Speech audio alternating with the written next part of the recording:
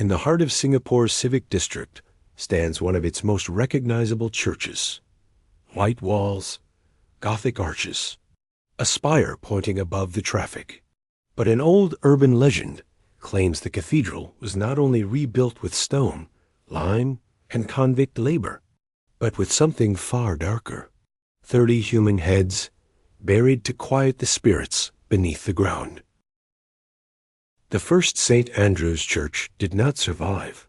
Historical records say it was struck by lightning, declared unsafe, closed in 1852, and later demolished. The present cathedral began in 1856 and was consecrated in 1862. That much is documented.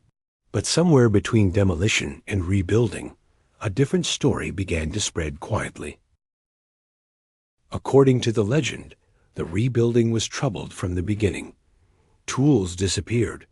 Bricks cracked overnight. Men heard knocking from inside empty ground. Some versions say workers refused to dig after sunset. Others say a local medium warned that the land was disturbed and that ordinary prayers would not be enough. The most disturbing version says the spirits beneath the site demanded a payment, not coins, not offerings, heads, 30 of them. The number changes in some retellings, but 30 became the version repeated most often. Enough to sound impossible, yet specific enough to feel remembered. There is no reliable historical evidence that a human sacrifice took place at St. Andrew's Cathedral. The documented history tells of lightning, demolition, reconstruction, and consecration. But legends do not survive because they are proven. They survive because people keep finding reasons to repeat them. In 19th century Singapore, the city was changing fast. Jungle became roads. Burial grounds became districts.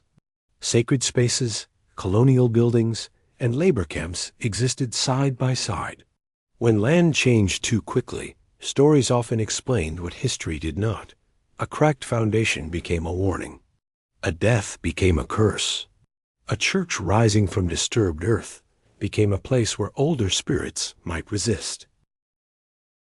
The present cathedral is associated with colonial engineering and convict labor, a common part of early Singapore's building history. In legends, laborers often become anonymous shadows, the ones who saw too much, dug too deep, or were never asked what happened. The 30-head story may be less about a literal ritual and more about the fear that a city's grand monuments were built on hidden suffering. Another detail gave the legend a visual body, the cathedral's pale surface. To most visitors, it is beautiful. To storytellers, it became symbolic, a white skin over something buried. Some versions claim the walls remained bright because the sacrifice had satisfied the spirits. Others say the whiteness only made the rumor worse, because nothing so clean could exist without hiding something beneath it. In modern retellings, the legend changes shape. A cleaner hears footsteps in a locked aisle. A guard hears knocking beneath the floor after midnight. A visitor photographs the cathedral and later notices a blurred shape near the base of the spire. None of these accounts can be verified, but they keep the old rumor alive, not as history, but as atmosphere. What makes the legend unsettling is not whether 30 heads were truly buried. It is the question beneath it. Why 30? Why heads? Why would a Christian cathedral, built as a symbol of order and faith, attract a story about appeasing older forces? Maybe the myth is a collision between colonial religion, local spirit beliefs, and the anxiety of building over land that already had memory. Today, St. Andrew's Cathedral remains a living place of worship, heritage, and public memory.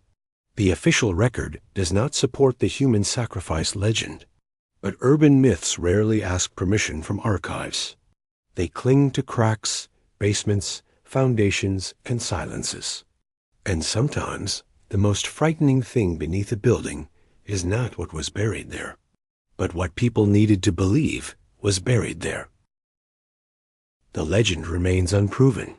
But the next time you pass the White Cathedral after dark, look at the ground before you look at the spire.